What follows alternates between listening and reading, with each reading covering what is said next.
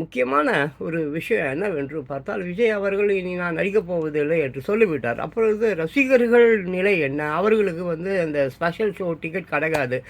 500 ரூ. 5000க்கெல்லாம் டிக்கெட்லாம் விற்க முடியாது. ஸோ விஜய் அவர்களுக்கு ஓட்டு போடுவார்களா என்ற ஒரு மிகப்பெரிய ஒரு விஷயம். அது ஒரு கேள்விக்குறி தான். சரி, ரைட்டு. ஆனால் பார்த்தீங்கன்னாக்க அந்நாட்களில் ஆமாம், எம்ஜிஆர் அந்த கட்சி அமைத்து ஒரு 5 வருடங்களுக்கு அப்புறம் தான் அவர் அப்படியே மெதுவாக அதுவும் வர முடிஞ்சுது. ஆமாம்.